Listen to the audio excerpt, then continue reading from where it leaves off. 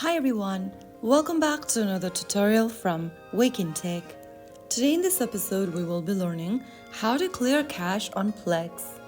Whether you are using Plex on your mobile device or your PC, clearing your cache can help fix playback issues, speed up your app, and free up space. So first of all, open the Plex application on your device and make sure that you're logged into your account. From the home page of Plex, go ahead and tap on your initial or your profile icon at the top right corner. In the expanded menu, click on Settings.